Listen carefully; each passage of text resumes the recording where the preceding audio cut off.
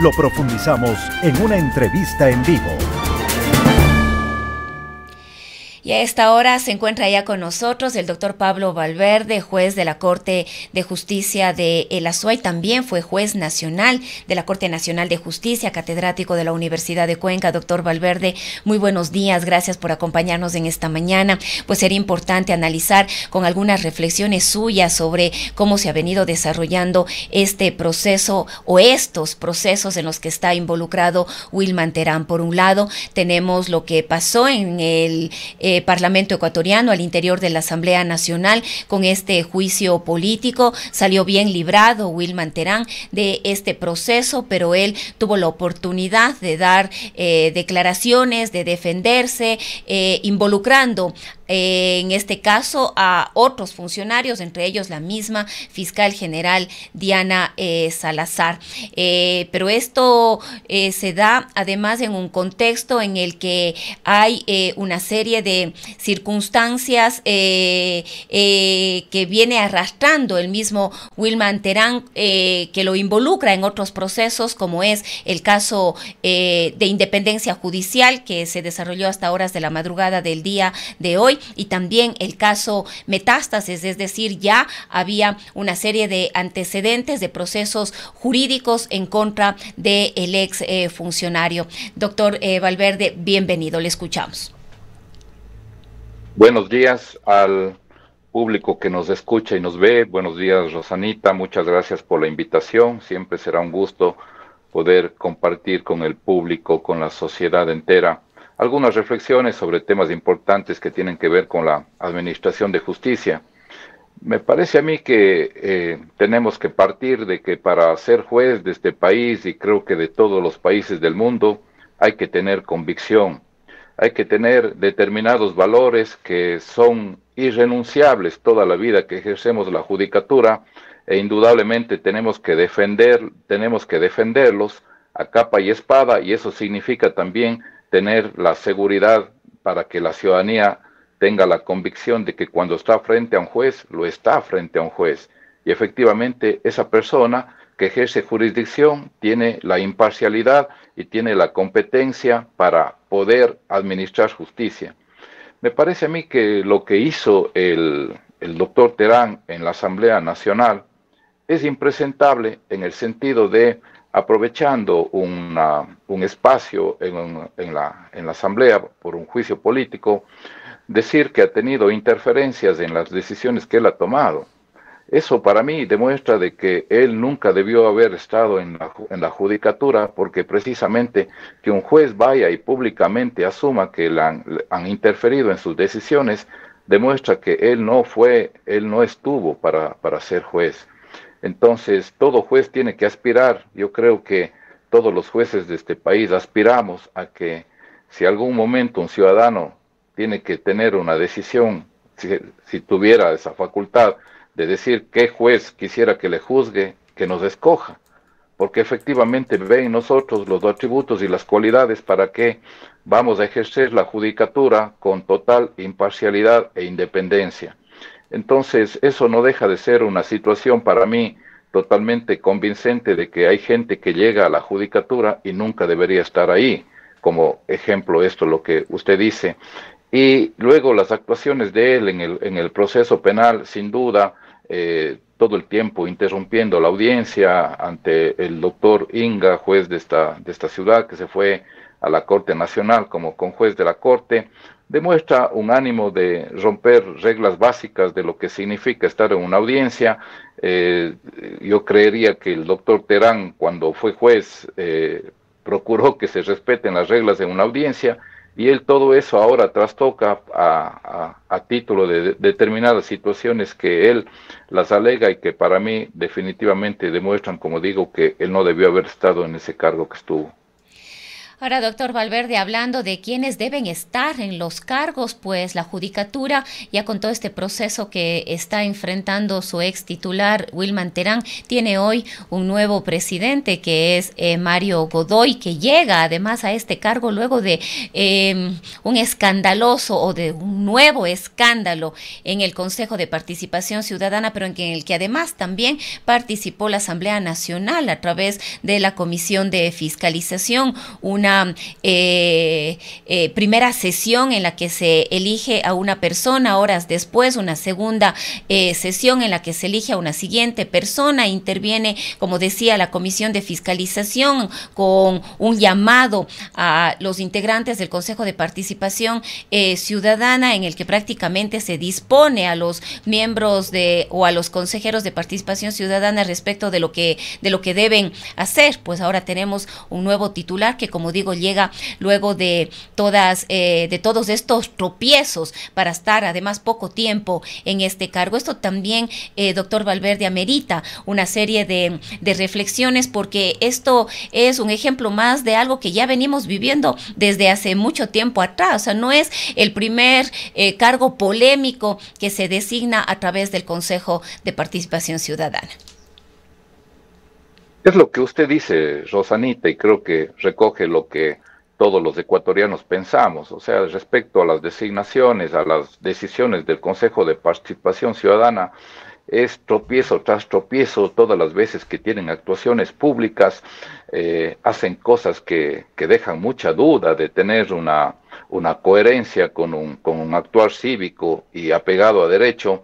Entonces, eso llevó a que los ecuatorianos pensemos y nos ratifiquemos que ese Consejo de Participación Ciudadana no debe estar donde está. Lastimosamente, en esa estructura constitucional ingresó esa institución, y ahora creo que todos los ecuatorianos pedimos a gritos que salga. Estos procesos nos sirven para hacer cuestionamientos y reflexiones de cómo funciona la institucionalidad, por qué no atinamos a que las cosas funcionen bien. Y nuevamente yo regreso al inicio, es decir, vemos que hay personas que la ejercen, pero no tienen los valores ciudadanos, cívicos, democráticos, convencidos de cómo debería ser su accionar. Usted dice, por ejemplo, ¿cómo podemos admitir que miembros del Consejo de Participación Ciudadana nos vengan con la noticia de que han sido amenazados por la Asamblea Nacional y que por eso ellos se ven abocados a tomar determinadas decisiones? Eso lo único que demuestra, al igual que el caso anterior, es que no deben estar ahí. Sus convicciones, sus valores y su respeto a la norma jurídica no puede estar sujeta a determinadas amenazas para decirle: te voy a llevar a un juicio político si es que haces A o tal cual cosa. A mí me parece que eso es impresentable, que un funcionario público salga a la faz pública a reconocer que no tiene la capacidad para ejercer el cargo. Luego de eso, nosotros nos damos cuenta que con el Consejo de Participación Ciudadana, mire usted, ¿qué va a pasar ahora cuando le elijan a otras autoridades? La otra autoridad tiene que decir: oye, ni me felicites porque espera a ver si hay una reconsideración. Me parece alarmante que ya en la estructura jurídica no pongamos firme que esa decisión administrativa que tiene que ver con los derechos de las personas que están, por ejemplo, en la designación en la terna, y el momento que se toma una decisión, pasa a ser una decisión firme, como cuando un juez dicta una sentencia. No le pueden venir usted a pedir una reconsideración y a decir: oye, das revisando para ver. Eso debe ser un acto administrativo firme en el que es impugnable en otras vías. Eso sí, que ante la Administración de Justicia, una acción extraordinaria de protección. Pero me parece que esos actos tienen que tener la firmeza. Y eso, vea, nuevamente nos vemos abocados a reflexionar y decir: queremos tener el Consejo de Participación Ciudadana, nos está representando el Consejo de Participación Ciudadana, pero luego, frente a la inquietud que tenemos y frente a este accionar totalmente inescrupuloso y que dio al traste con los derechos de una persona que fue elegida, sin embargo, luego pensamos en la Asamblea. Y luego, cuando pensamos en la Asamblea, pensamos en las actuaciones de la Asamblea y terminamos diciendo: no quisiéramos que vaya la elección a la Asamblea, porque vean lo que hace en las otras cosas, como usted dice. Entonces, ¿a qué nos vamos? A que quienes llegan a la Asamblea ¿Quiénes llegan al Consejo de Participación Ciudadana? ¿Quiénes llegan a la judicatura? Es gente que no tiene la convicción de vida de que hay que ser funcionarios públicos para cumplir las responsabilidades que manda el ordenamiento jurídico ecuatoriano. Y eso es lo que lastimosamente esta sociedad ahora está carente, de esos valores que usted los defiende, como dije, a capa y espada, y con eso se va a su tumba, porque eso es su forma de vida, y usted abrigó el ejercicio del cargo público con todo lo que aquello significa el momento que juramentó y dijo que va a hacer respetar la Constitución y la ley. Pero estos funcionarios a la vuelta de la esquina se olvidan lo que dice la Constitución y la ley y demuestran que ahí están solo para favorecer intereses políticos.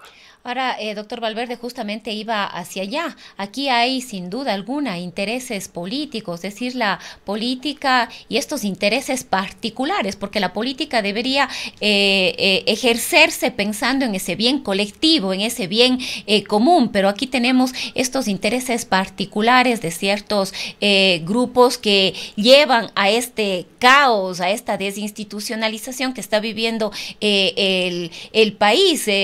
Ahora, aquí nos preguntamos, doctor Valverde, sobre los límites de estas injerencias, como hablamos hace un momento. Amenaza la Comisión de Fiscalización a los consejeros de Participación Ciudadana. Ahí no hay una injerencia, entendiendo que los consejeros de Participación Ciudadana pueden ser interpelados, pueden ser convocados, en este caso por la Comisión de Fiscalización, pero siempre nos preguntamos aquí cuáles son los límites, porque se habla de que además hay una injerencia y presiones por parte del movimiento oficial que se presionó, en este caso a la Asamblea, para que se proceda de manera inmediata con la posesión, en este caso de Godoy. Tenemos esas presiones de la Asamblea, de la Comisión de Fiscalización, donde está el correísmo, para que se cambie la votación dentro del Consejo de Participación Ciudadana. Nos preguntamos, ahí hay un tema personal al que usted ya ha hecho referencia, esos valores de cada persona, ese profesionalismo y esos sujetos que deben llegar con convicción a cada uno de los cargos, pero también están estas otras circunstancias, de estas injerencias políticas que de una u otra manera son las que manipulan los procesos. A ver, cuando usted organiza una estructura constitucional de un Estado, usted pone, nosotros los ecuatorianos ponemos diversos poderes que son los pesos y los contrapesos. Cada uno tiene sus contribuciones, sus competencias, cada uno tiene las facultades que están claramente establecidas en la Constitución y la ley. En derecho público se dice, usted solo puede hacer lo que la ley le permite, de tal manera que sus competencias, sus atribuciones están siempre marcadas en el ordenamiento jurídico y usted tiene que decir, yo voy a hacer esto porque esto, la Constitución o la ley me lo permite. Y precisamente cuando tenemos un poder judicial, que es el que tiene que decidir los casos sometidos a su decisión con imparcialidad, con objetividad, con independencia, cuando tenemos un poder ejecutivo que tiene que establecer políticas públicas, administrar el presupuesto del Estado, hacer el nombramiento de todos los funcionarios que ejercen la cosa pública, cuando tenemos una Asamblea Nacional que tiene que hacer las leyes, que tiene que fiscalizar a todos los funcionarios públicos que están sometidos a esa facultad que tiene, está claramente establecido cuál debe ser el límite. Es como cuando nosotros como personas decimos, mi libertad termina donde comienzan los derechos de la otra persona. Es un poco haciendo un parangón, diríamos, yo como asambleísta, mis facultades terminan donde empiezan las facultades de los otros organismos del Estado. Pero aquí, obviamente, nos hacemos un grupo, protegemos intereses, nos vamos en contra de todo este andamiaje jurídico, ya no interesa y sometemos a presión determinadas decisiones. Entonces hacemos una interferencia. Y vea usted, por ejemplo, ¿no? ¿Cuál debería ser la actitud de ese funcionario público? Denunciar, pues. No queda más. O sea, esa es la situación a la que nos tenemos que ver abocados. Cuando ocurre algo, si en mi despacho, como juez de este país, ingresa alguna persona y quiere ejercer presión respecto de un determinado proceso, yo no me voy a poner a estar en disputas con él. Yo tengo que ir a denunciarle en la Fiscalía General del Estado y procurar demostrar cómo fue esa interferencia que él quiere ejercer en el cargo. Por eso la gente, como una de las formas para precisamente precautelar esta integridad de los jueces, es que ninguna persona ni abogado puede llegar a un despacho del juez. Esas son formas que el ordenamiento jurídico de alguna forma pone, ¿no?, para que usted esté protegido y garantice a la ciudadanía. Entonces aquí ocurre todo lo contrario, vemos cada uno va, denuncia, dice, sí, me hicieron esto, me procuraron interferir en esto, me presionaron, me amenazaron, me dijeron esto. Vea, aquí también, aquí hay que tratar un tema que me parece muy importante, que tiene que ver con la actividad jurisdiccional. Nosotros estamos hablando en las condiciones normales en las que se desenvuelve el trabajo de la gente. Pero indudablemente, frente a todas las situaciones de violencia que ocurren en este país, la integridad, la imparcialidad, la objetividad, la independencia de un juez se puede ver amenazado ya por situaciones de las que no estamos hablando y que tiene que ver ya con amenazas a él o a su familia. Eso ya va a otra esfera y obviamente también requiere la denuncia ante los órganos respectivos.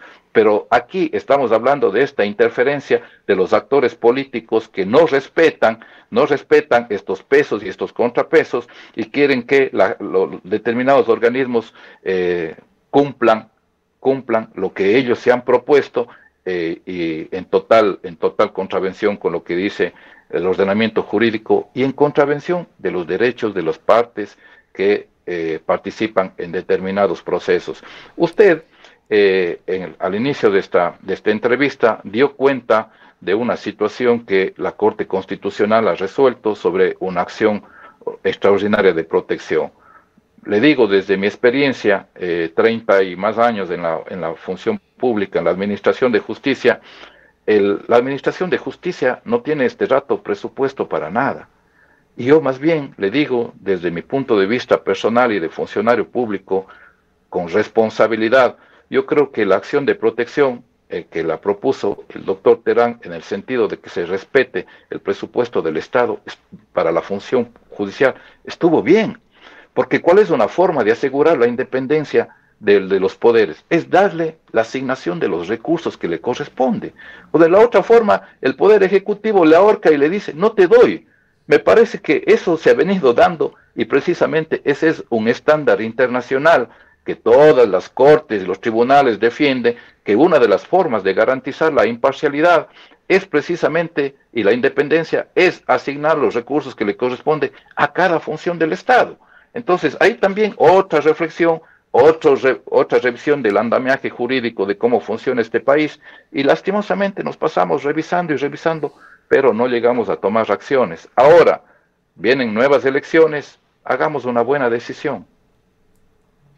Ahora, doctor Valverde, todos estas presuntas alianzas políticas o acuerdos, más que alianzas, acuerdos políticos, estas injerencias políticas de una u otra manera preocupan cuando hay procesos pendientes. Retomamos el caso de la Judicatura. Godoy tiene en sus manos la elección de 9 jueces, de varios jueces, creo que son 9, usted sabrá corregirme si es que ahí estoy equivocada, de la Corte Nacional de Justicia, un proceso que ahí está pendiente y que hay mucha desconfianza. Con usted mismo hemos hablado más de una vez de cómo deberían darse estos procesos para la elección de nuevos jueces aquí en el país, justamente procurando esta imparcialidad, esta independencia. Y hemos visto a través de los más recientes casos lo que ha estado pasando con la justicia, que además ha sido un secreto a voces, pero que se ha venido dando y que ahora, a propósito de estos nuevos casos, el caso Purga, el caso Plaga, el caso Metástasis, todos estos casos de alguna manera involucran a administradores de la justicia, no solamente a jueces, involucran a fiscales, involucran a los mismos policías que en su momento son parte de la administración de la justicia en este país. Ahora nos preguntamos las expectativas frente a la presidencia de Godoy y estos procesos que estarían pendientes y que, si no me equivoco, deberán resolverse hasta octubre.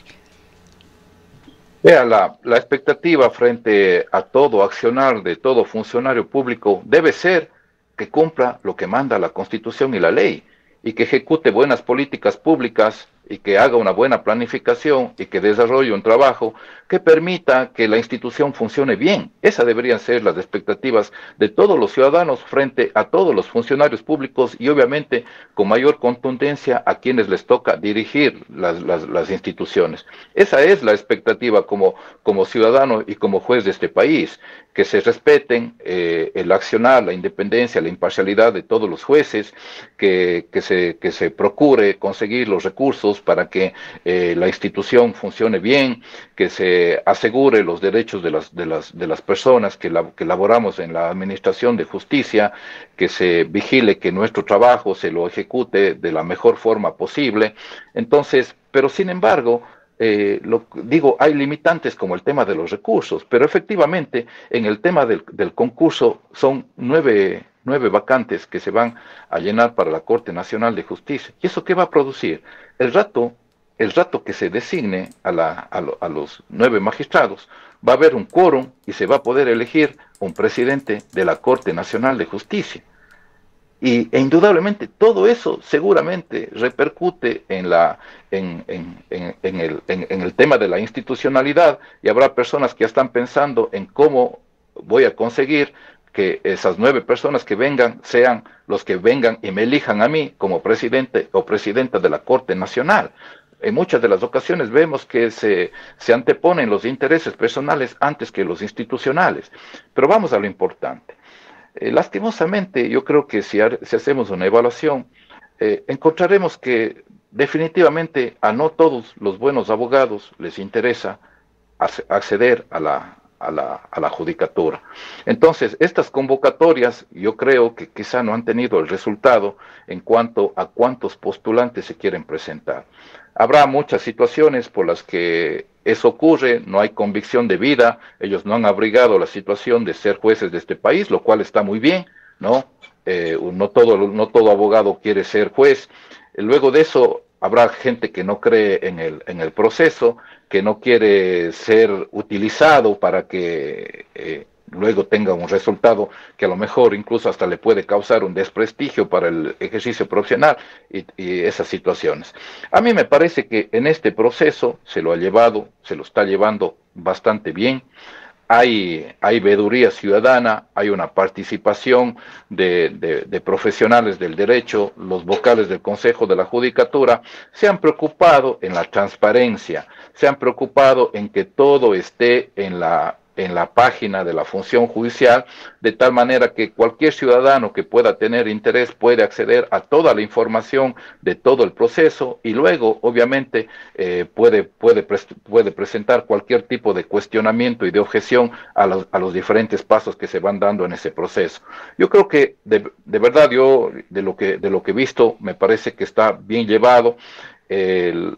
Ojalá que los resultados sean esos, que lleguen a los cargos los mejores 9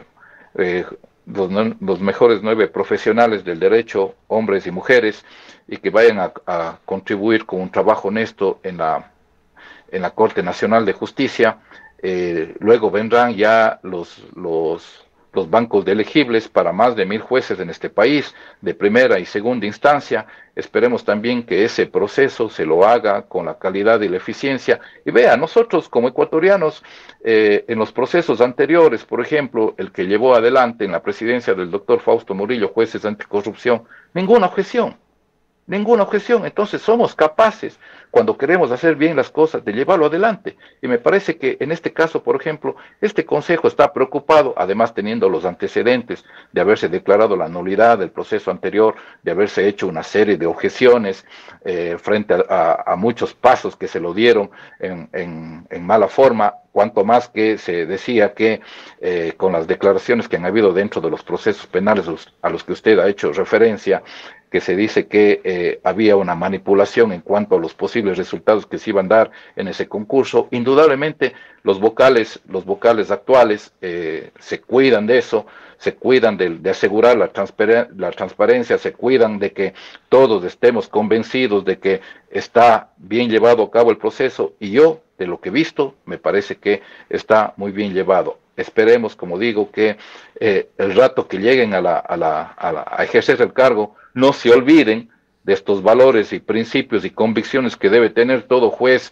en cualquier parte de este mundo y voten por la borda lo que han hecho durante su vida profesional y lastimosamente se aparten de lo que dice el ejercicio público de un cargo con responsabilidad y eficiencia. Bien, doctor Valverde, queremos agradecerle por haber compartido esta mañana con nosotros. Le agradezco a usted, un muy buen día para todos y muchas gracias. Ha sido el doctor Pablo Valverde, él es juez de la Corte Provincial de Justicia de la SUAY, también catedrático universitario. Son las 7.